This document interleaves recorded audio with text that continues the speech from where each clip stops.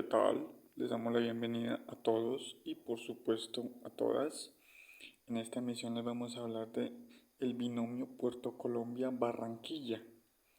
Cómo la Arenosa se convirtió en el espacio más importante para el comercio exterior colombiano.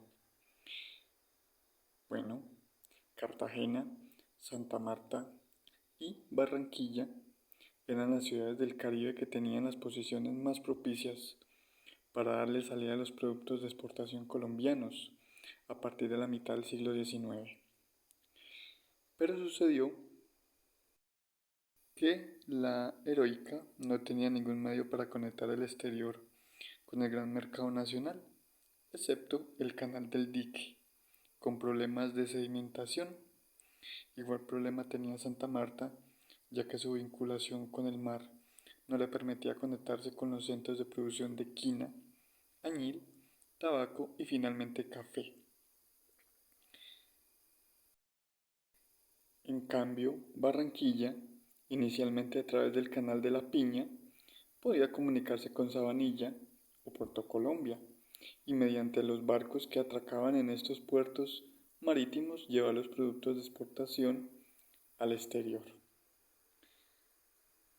Inicialmente la carga hacia el exterior salía por Sabanilla, por eso en los años 70 del siglo XIX los alemanes construyeron el ferrocarril que unía Barranquilla con Sabanilla. Sin embargo, este municipio tenía un grave problema: la sedimentación, que en algunas épocas del año disminuía su calado, y por esta razón, con el auge de la exportación cafetera, hubo que buscar otro sitio que tuviera mejores condiciones. Inicialmente se escogió Salgar, pero tampoco le dio solución definitiva al problema del calado necesario para que atracaran los barcos marítimos, ya que había que repetir el procedimiento del transbordo de mercancías y personas, tal como ocurría en Sabanilla. Se ubicó otro puerto cerca al cerro Cupino, Puerto Colombia, al sur de la bahía de Sabanilla. Puerto Colombia hizo parte del municipio de Tubará, habitada por indígenas Mocaná. Los habitantes de esta población en masa se movilizaron de Tubará y San Antonio de Salgar hacia unos territorios en torno al cerro de Cupino. Allí aprovechaban la riqueza pesquera del sitio. El muelle de Puerto Colombia. Pero como la dificultad del calado continuaba, los ingenieros se decidieron por construir un muelle que se introdujera en el mar. Se diseñó un puerto de concreto y metal. Inició su construcción en el año 1888 y se terminó su construcción 5 años después, el 15 de junio de 1893. Este muelle, en el momento de mayor movimiento, permitía el atraco simultáneo de 5 naves. La primera línea férrea que llegó hasta Cupino se inauguró el 31 de diciembre de 1888, fecha en la que jurídicamente fue creado Puerto Colombia. También fue la época en la cual culminó la construcción del ferrocarril de Bolívar. El primer muelle fue construido en acero y pino y tenía una longitud de 296,6 metros. Los últimos 69 metros tenían 11,4 metros de ancho. Contaban con 2 guías, la de carga y la de descarga por medio de goletas y botes. En la parte final del muelle tenía una profundidad de 4,87 metros. Este puerto se fue alargando porque fue aumentando la carga que entraba y salía por este puerto. El día de su inauguración, Cisneros le propuso al presidente de la República, Rafael Núñez, que el sitio se llamaría Puerto Núñez, pero este le respondió que el mérito era del constructor del ferrocarril, por tanto debía llamarse Puerto Cisneros. El ingeniero cubano rechazó la propuesta y sugirió que se llamara Puerto Colombia. Dada la importancia de su actividad, el sitio fue erigido como municipio mediante el decreto 19 del 24 de junio de 1905. Con todas estas obras y la cantidad de buques que atracaban en el muelle con cargas y pasajeros convirtieron a Puerto Colombia en el más importante puerto del país, por la cantidad de hoteles que ofrecían hospedaje a los turistas extranjeros y nacionales. se convirtió en el más grande balneario de Colombia. Como afirma Milton Zambrano en Zona Cero, por ese muelle tan importante circularon, desde aquellos lejanos tiempos, la mayor parte de las importaciones y exportaciones colombianas, no solo de bienes de consumo, sino de medios de producción, incluida la maquinaria empleada para comenzar la industrialización en Barranquilla y en otras ciudades colombianas.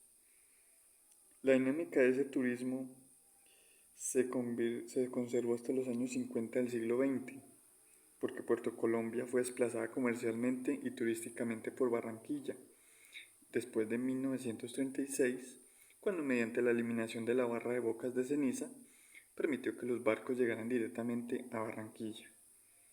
Es necesario señalar que desde la época colonial, Barranquilla estaba favorecida por una serie de caños que le permitían comunicarse con la bahía de Sabanilla.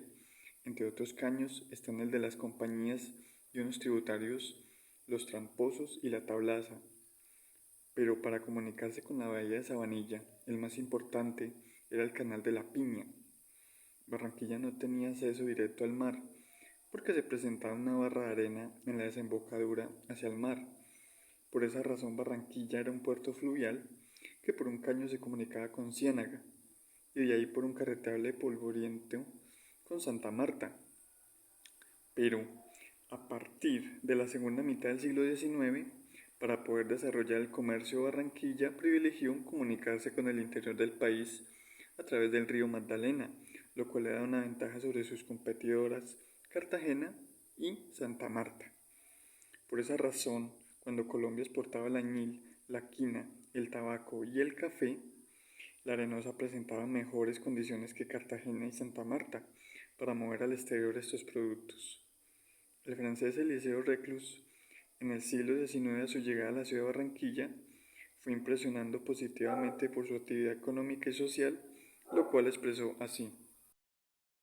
Edificada sobre la ribera izquierda de una de las numerosas ramificaciones del río Magdalena, data de ayer, por decirlo así, sus progresos solo pueden compararse a los de una ciudad de los Estados Unidos.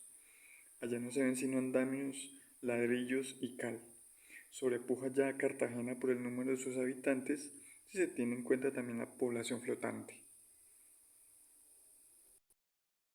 Realmente Barranquilla se convierte en puerto marítimo gracias a los tajamares que a partir del 29 de agosto de 1935 multiplican las fuerzas de las aguas y barren las barras arenosas que impedían que los transatlánticos entraran al río Magdalena y llegaran hasta la ciudad.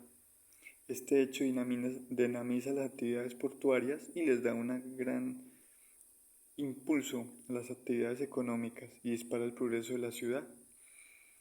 Pero la solución definitiva del gran calado que requeriría el puerto solo llegó mediante el aporte de los técnicos del Laboratorio Central de Hidráulica de Francia, quienes inician en 1963 logrando estabilizar el calado de bocas de ceniza de más de 30 pies de profundidad. En esa forma culminaron exitosamente la brega de los barranquilleros, comenzada la segunda mitad del siglo XIX, por tener un puerto marítimo y fluvial para servir para que la producción mineral, industrial y agrícola del país pudiera llegar a los mercados del mundo. ¿Conoces a Barranquilla? ¿Conoces Puerto Colombia? ¿Sabías esta interesante historia que convirtió a Barranquilla y por supuesto a Puerto Colombia en el principal puerto del siglo XX de Colombia?